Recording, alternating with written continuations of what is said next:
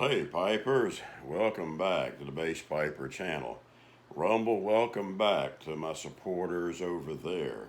Hey, guys, I just want to get on here and talk a few minutes about my cigar journey that I've been doing for the last couple of weeks. Someone had asked about that, how things were going. And just want to give you an update on how things are going along with that. Sorry for the whiteout over here, guys. I'm just trying to figure out the best way. In fact, let me see if I can move this thing around. Hold on now. Yeah, maybe that's better. Excuse me, guys. I'm trying to grab the things I'm going to show you here in just a minute. See if I can bring you in a little closer. There we go. It's been interesting with the cigars. If you are possibly looking at trying a cigar from your pipe adventures and you want to pick up another disorder, you know, with pipes we have pad and tad.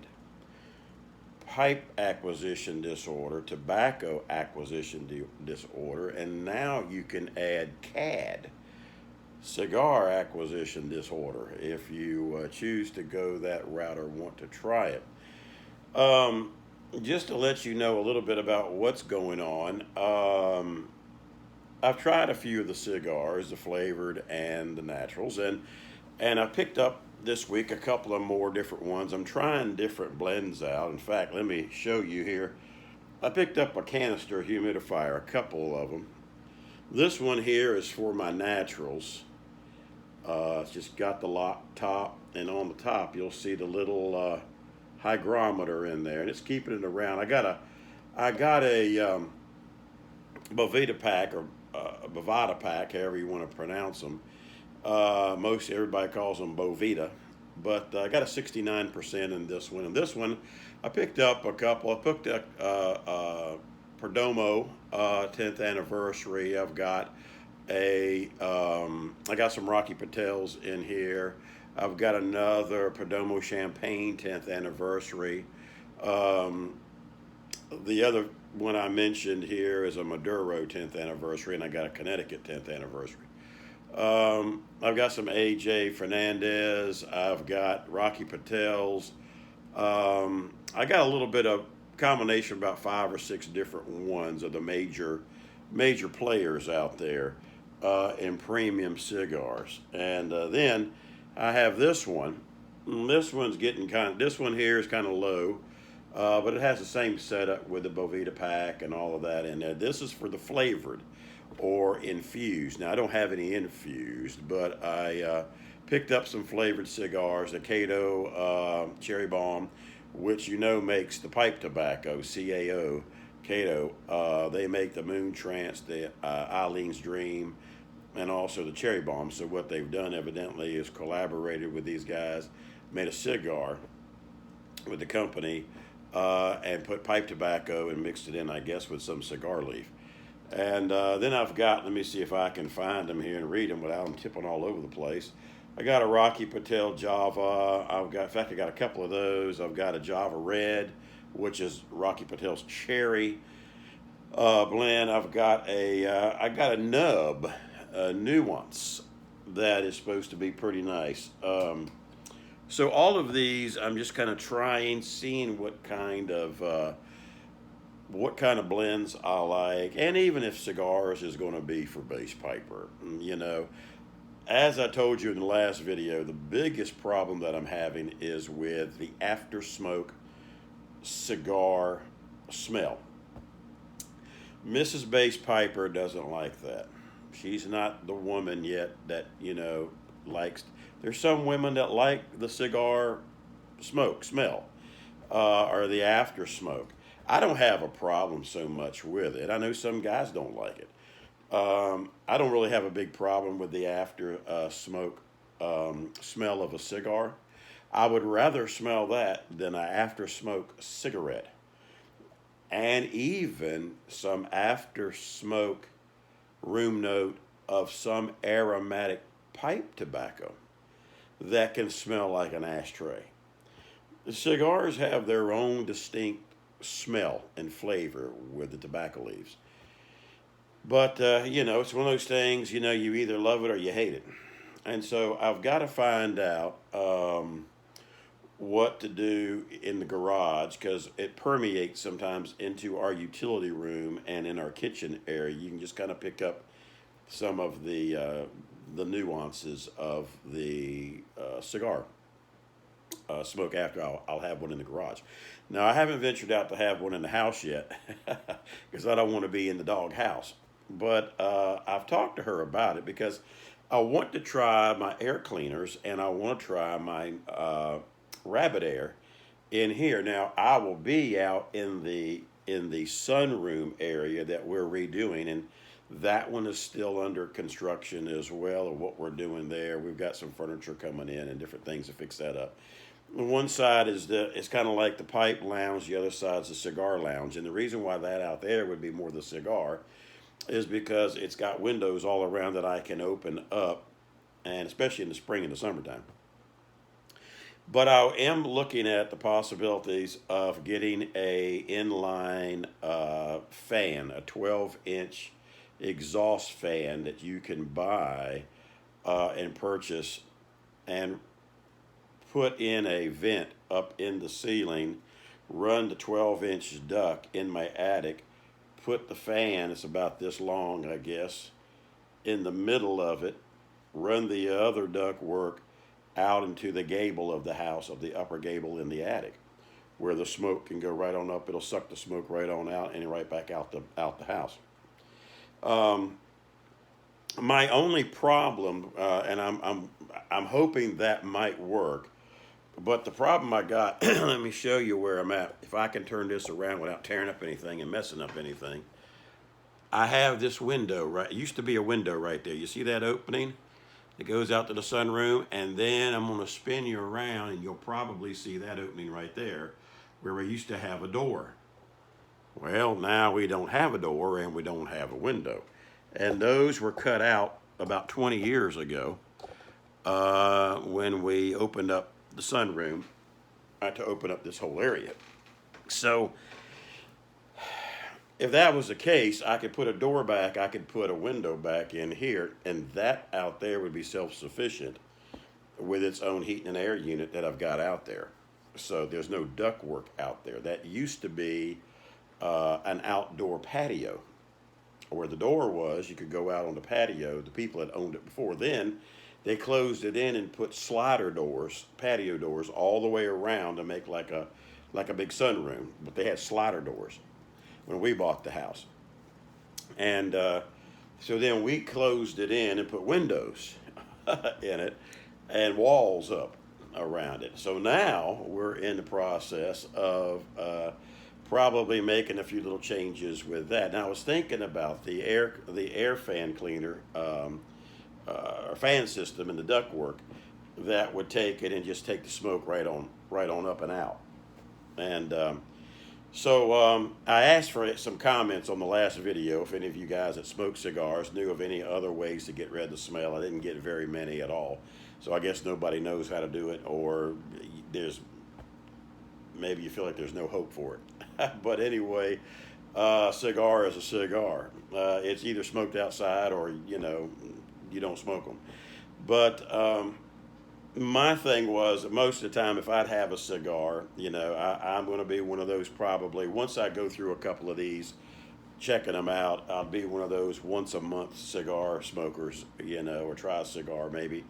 Some of you guys do your cigars more in the spring and summer and your pipes in the winter. And so it would be something like that with me as well. And like I said, I'm not an avid smoker, so they say do everything in moderation. So I guess I would be even past moderation, but I enjoy them when I can get one and decide to have one. It's good to relax, good to kick back, and so I just have one when I choose to do it. But sorry, guys, I'm looking up here. I'm getting a phone call. I figured that was going to happen. I had a call come in, or I made a call about an hour ago, and as soon as I started this video, they're calling back. So I'll have to call them here in a little bit. But anyway,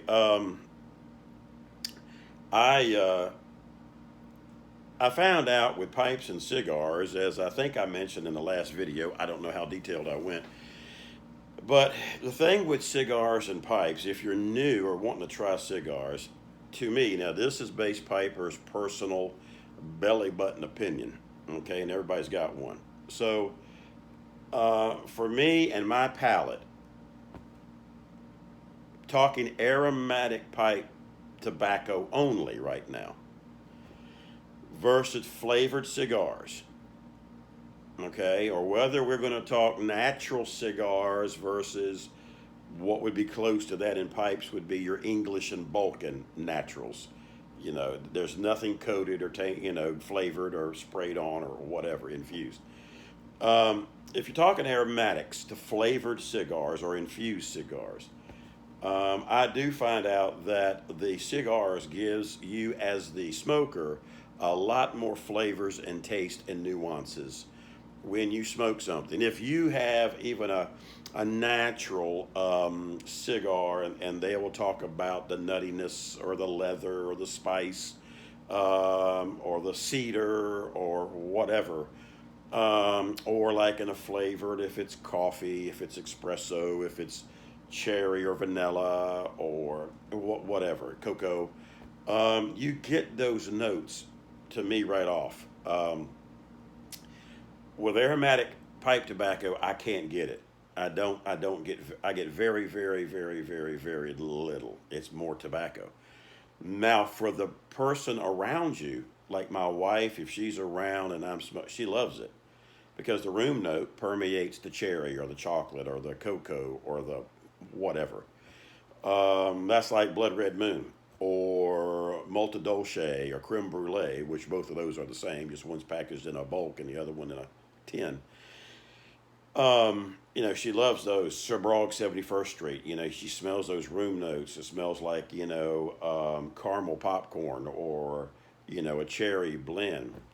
If I'm smoking Blood Red Moon, I'll taste some burley. It's got a little bit of burley in it. And I'm not a big burley fan. But, and I might, once in a while get a hint of going, was that cherry I just kind of smelt or tasted? But that's about it. With a cigar, you can get more of the pronounced nuances. At least I can. Everybody's palate's different. And I know some of you professionals out there with pipes, you can pick up every little nuance. And some of this too with me with pipes, in all honesty, I haven't ventured out to smoke just a burley tobacco, just a Virginia, just a Perique, just a Oriental. Of course, Orientals is you'd really have a tough time if you can't pick out Orientals. Or Latakias. But I haven't smoked just those blends, just those tobaccos by themselves. Had I ventured out probably more with that, then I could probably be easier to pick out in the blends. Oh yeah, that's Oriental. Yeah, I taste the burley more in that, or I taste or the Perique. But the thing is, I have noticed is that with cigars, you get more taste and nuances for the smoker, but you just get regular, cigar flavor or tobacco smell for the one around you. She didn't get any coffee or any, she said, it just smells like a cigar to me. That was with my flavored cigars. So that's one of the big differences that I'm noticing. With the pipe tobacco, I don't get much for the smoker in the aromatic tobaccos, but you get a lot of nice room note for the one that's around you. So it's kind of like just tail backwards with cigars and with pipes with aromatic. Now, English is the same way with pipes. English tobaccos, Balkan tobaccos, they're all more natural. They don't have no coatings or flavorings in them. but you can pick up a a Latakia or something of that nature. The Orientals, or if it has some Perique, I will only know it by the if it's spicy or peppery. If it's got a little bite in it, which I don't care for that either. Burley and anything with a bite or a tingle in the back of my throat that feels like it. I feel like it sounds weird. People are gonna think Basspiper, you need help, but I just feel like especially when you eat something real hot, you feel like the chemicals in that is eating your throat out. Here comes a big throat cancer right there. After you because it's just burning and tingling. I just can't do that. I like smooth. I like creamy. I like cherry and flavors and nuances and nutty and that kind of stuff. That's fine. Burning and tingling and peppery and all of that. And I don't, that's not me. And burley, like I said, if it's on the back burner, that's fine. But the neat, cool thing I found out too about cigars is this. I talked to somebody in the shop the other day, and they said one of the key things about a cigar, how do you know you got a good premium cigar, is a good premium cigar does not give you bad breath. It'll leave you with a good breath note. And I've noticed that if I have a $8 or $9, $10 cigar versus a $4 or $5 cigar, and even some of the $5 cigars I haven't had a problem. A couple of them I did, but the premiums, you wouldn't even know. I mean, I don't even know I smoked a cigar. I'll do my little, smell my upper lip, get that stash in there, and everything smells good. Not a problem. You check your breath. You don't fall out. With ashtray breath. It's not. It's a cleaner smoke. It doesn't.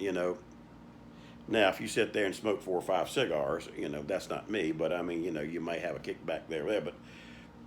But and with some pipe tobaccos is the same way. But there's some pipe tobaccos, you got to go brush your teeth. You got to use your Listerine. You got to use your biotine. You got to do the whole 9 yards for oral hygiene. And because you don't dare get around your wife. But I had a premium one day, and a couple of hours later, my wife came home, gave her a kiss, and didn't have no problem. And I could tell, I mean, because she would tell me, you smell like an ashtray. But didn't have that. So I'm learning some things over the last couple of weeks. I've been looking up YouTube stuff on cigars. I think I done looked at every kind of thing YouTube's got on cigars that they haven't already pulled down. But just looking at reviews of cigars, looking at all the aspects, the history of it and all. When I look and get into something, I go full bore with research. And just checking it out, how it's grown, what all about the cigar industry, and as much as I can gobble up. And so, but I hope this helps you a little bit. It's been 18 minutes, a little bit on my cigar journey. I don't know if I'm going to stay with it. Of course, I'm holding off with doing anything as far as ventilation and all of that in the house unless I know I'm going to hang with it. I was told that these kinds of humidors are one of the best things to get other than the pretty boxed tabletop humidors. I was looking at the nice wood ones because I was thinking about Miss Basspiper. Maybe I'd ask for one for Christmas. But Boveda has one that's in a tabletop that's all acrylic. And they have the Spanish cedar wood inserts in it, or at least they did. I think it's like $200. I don't know how many they carry. I think it's maybe a 50 or 75, maybe 100 cigars. I can't remember. But one of the things about your wood humidors is that they soak up the humidity. I've been told by several guys, and in my brick and mortar, they're beautiful boxes. Don't get me wrong. I mean, the acrylic is nothing much to look at. The wood ones are really pretty presentations. But it's more of a nightmare to try to keep the humidity and all of that straight in them because of them being wood. Where the acrylics, I washed these out when I got them. I got these off of Amazon, washed them out, rinsed them out, dried them, let them dry real good. put my cigars in there, dropped a small Bovita pack in there. And here's my second call coming through, guys. I hope y'all don't see that across the video. And that was it. You drop them in, put the Bovita in there, forget about it. So I'm just testing it out, and I might just get me one of the little acrylic type, you know. I'm not looking at trying to impress anybody. And you know, I'm looking for low maintenance. That I don't have to go around and, you know, shift everything every 2 weeks. Remember, something else I got to add on my calendar and, you know, check what's going on. You drop a Bovita pack in these, give it a couple of months, check it. If it's hard, you know, you can toss it and throw you another one in there. So anyway, temperature's not a problem in the house, so the temperature's always good. Humidity's been running with that Bovita pack between 69, 70, 71. So right there where it needs to be for the cigars. But anyway, I'm going to cut it off here just to give you an update. I know I hadn't been on in a couple of days. I've just been busy with church and other things going on and trying out some cigars and just kind of seeing how things are going. But I'll be back on here in a few days. I'll probably have one with one of my other cigars I'm trying out and give you a little review on them. But anyway, that's kind of what Basspiper's been up to the last few days, last week or so. And especially learning how to light torch one right. You know, if you don't torch it right, you know, you get into a problem of it, you know, canoeing on you. And of course, some of that is how it's also rolled. And if you've got a cheaper cigar, how they made it can cause it too. But your lighting can play an effect with that too. So you got to learn how to torch it right and light it up to help with that, binding that binder and filler together so that when you're smoking it, it all rolls evenly. If you only get that rim about 3/4 of the way and you don't get the other part of it, well, there's where you got your canoeing problem. So anyway, make sure that center is a nice cherry red so that it all flows together. But anyway, these are little learning curves of a newbie cigar smoker. But anyway, guys, I'm going to get on out of here and call these people back that's now bothering me to death while I'm trying to make this video.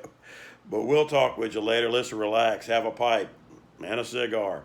And don't forget to count the many blessings of God in your life. We'll talk with you later. Bye-bye.